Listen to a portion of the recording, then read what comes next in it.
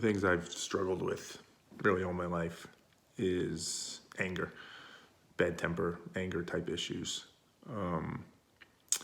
For as long as it's funny, when I was a kid, when I was real young, I think I was more of a crybaby and I just whined a lot and I cried a lot. But at some point that kind of transitioned into anger. And it's something that for a lot of time in my life, I didn't really care too much about. Like I knew it, maybe in some ways I even took pride in it. I was kind of short-tempered and that was just the way I was. And I was passionate and all that. But I matured to a point where I started to recognize, like, hey, this isn't the best way to be. Mainly it's illogical and just inefficient, but, it's hurtful to yourself, to the situation, to other people.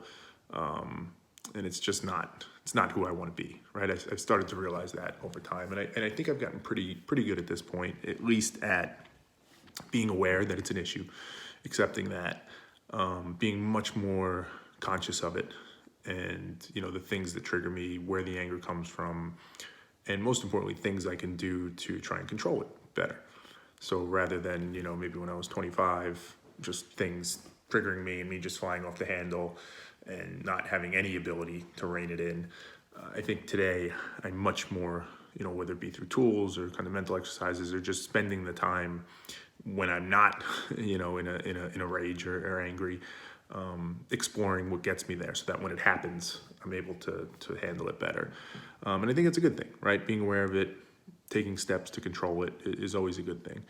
But the reality is it's still there, right? It's still there under the surface. It's just I deal with it better. And maybe that's the way it'll always be. But I think of that because one of the things that triggers my anger, that emotional reaction, is, in conversation, in interpersonal relationships, in any real communication where views and opinions and things are being shared back and forth, or just anything's really being communicated, is, I guess the way I put it is I tend to match the energy that's given to me. So, for example, if somebody says something or has a view that I don't agree with, or that I, lean very much in the other direction, but they say it in a genuine, respectful and humble in the sense that, like, they're not certain of it. It's just what they believe, and they're open to other ideas and they're open to talk about it. If they say it in that type of way, it will never make me angry. We could disagree and we can have a conversation, and that's great, right? I enjoy that. But the anger isn't triggered. Conversely, if somebody says something that I absolutely agree with, right, to the extent that I feel very certain about it, or at least I lean very much in that direction, but they say it in a way that is opposite of that, right? They say it in a way that is not respectful. Maybe that's super aggressive. Maybe it's disingenuine.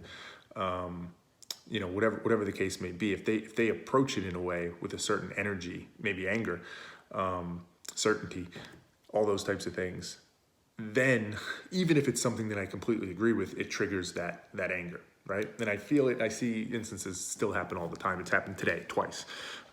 Reading a Facebook post by somebody, watching an interview with somebody, on the news, and I'm watching somebody who is espousing a view, or communicating in such a way in which it doesn't seem like it's, for lack of a better phrase, kind of playing by the rules of the way I would typically want to communicate. Again, in that humble, genuine, respectful, learning type way, trying to get to an objective truth, trying to get to an objectively better place. And it triggers me. It does. It happened twice today where I felt it physically. I feel it in my stomach, and I feel this almost compulsive need, again, to try and match that energy in some way, to almost try and balance it. So for the example, in the Facebook post, I think the topic really doesn't matter, because again, as I said, it doesn't matter if I agree or disagree with the point. The topic, I think, was about the coronavirus, and somebody was angry about the spikes, and particularly in certain areas, the way the government was handling it, and the lack of perceived leadership, and just the fear, I'm sure, played a big role in it. But they were just really angry, and they were making really, like, declarative statements and insulting people, and as to the extent you can, like, shouting in effect on Facebook, demanding things to be happening, just really angry, and just a negative post. So it fell right into that category where, as I was reading it again, I feel this compulsion to like, I need to say something. Like, this needs to be righted. You can't talk that way. You can't. That's not how you express your views. Again, from my perspective, it's illogical. It's just ineffective, and it just feels. I don't even know how to say it. It almost feels like unfair, like somebody's bullying a little bit, and I don't like that. I want to fix it, as if they're trying to assert some authority in some way. So that'll often trigger me. Now, as I said, I've gotten better at understanding my emotions and understanding when things like that happen, right? So if it's something simple like I drop the milk and it spills everywhere, that's something that normally would trigger me, but I can control that, just kind of breathe through it and understand it's not that big of a deal. I'll just clean it up, whatever.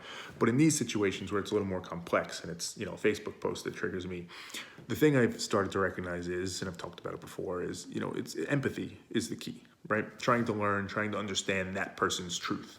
Giving them the benefit of the doubt to say, hey, they didn't say it the way I would have wanted to say it. They're clearly very emotionally charged. Maybe there's some biases or blind spots at play. Maybe it's fear. Maybe it's a whole host of things. Maybe they're right. Maybe they're right to be that angry. I don't know. But let me understand it. Let me understand it for what it is. Let me not jump to judge it. Let me not jump to react myself emotionally and do the same thing that I'm accusing them of. Let me just, try and do the most productive, logical, effective thing and learn and have a conversation and empathize, etc. And that's helped a lot. It really has. There's different settings where things have triggered me, and I'm able to employ that. It's still against the grain, right? It's still me having to overcome that visceral, instinctual compulsion that comes right away.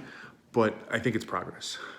Where it gets interesting, though, is what happens, because what will often happen is, like if I make a video or if I'm just talking about a particular person, could be a politician, public figure, a regular person, doesn't matter, who's speaking in that way, and I give them that benefit of the doubt and I empathize. What I'll hear often, either from myself when I play devil's advocate with myself or from somebody else, is, well, that person's just selfish, or that person's just evil, or that person's just an asshole, or that person's whatever. Point being, like, don't give that person the benefit of the doubt. Don't try and understand or empathize with them. The only thing to understand is that they're bad people. That's tricky. That's tricky because how do you know that, right? How do you know that for sure? I don't doubt that there are bad actors out there, right? People that are not being genuine, not being humble, not being respectful intentionally. They're trying to manipulate, they're trying to gain some advantage, they're trying to gain power or followers or whatever it is. And they're playing by their own rules, not by the rules in which I would say are the good ones to play by. And they're right? It doesn't benefit you to give them the benefit of the doubt. It doesn't benefit you to try and empathize with them as if they were being genuine. It does benefit you to try and understand that they are being manipulative or they are being disingenuine because, maybe you can more effectively interact with them. But it's trickier. It's a different approach. And it's, again, one, you first have to be able to identify when it's happening, and then B, determine what you do with it. And it's a question that honestly I struggle with. And I've said this in other videos before when I talk about certain topics. This would be a good example of one where normally I might scrap this concept of this video because I don't have an answer. I don't have a so what. I don't have a what do you do about it. But what I'm recognizing is, and this ties back to the anger point in the beginning, is I think what matters more than exactly understanding that person is understanding yourself. I think it's understanding, for me, when those emotions get triggered, when the anger gets triggered, what does that do? How does that stop me from most effectively interacting with that person in whatever that objective is? If it's to disarm them in some way, if I feel like they're manipulating a group of people, or if I just feel like they don't see what they're doing, or whatever it might be, it comes back to me more. Not me, the rhetorical me, right? Not me individually, but in those situations, it's much more important that you understand yourself and you understand how you act in those settings. Because if you're gonna effectively communicate with people, you can't put the onus all on them. You can't expect them to play by the rules. Most people don't, for various reasons. It has to be, I think the key to this, the key in many ways to these videos that I'm making and this journey that I'm on a little bit, is how can you, regardless of situation, regardless of the other person, their views, their delivery, the game they're playing, their objective, etc. How can you stay true to the game you're playing? The game for me being objective truth, trying to get to a better place, think better, be better. Being able to maintain that in all those different situations, settings, etc., I think is the key.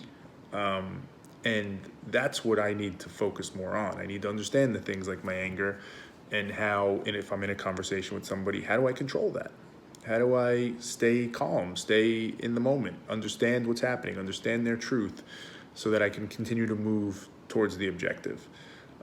So I think against the intuition that I would normally have, it has to be more inward looking. Even when there's a bad actor, even when there's somebody that I think is manipulative or selfish, it still comes back to yourself and how you interact with that, the things you can control in that. And I think that's the takeaway for me here, is that I need to get that part figured out. And part of it is live interaction, right? You need to test that live. You need to have those conversations, see what's triggering you, see what's not, see what the right approaches are and what works and what doesn't, but being very self-aware throughout it and understanding how you can stay true to the objective you're working towards.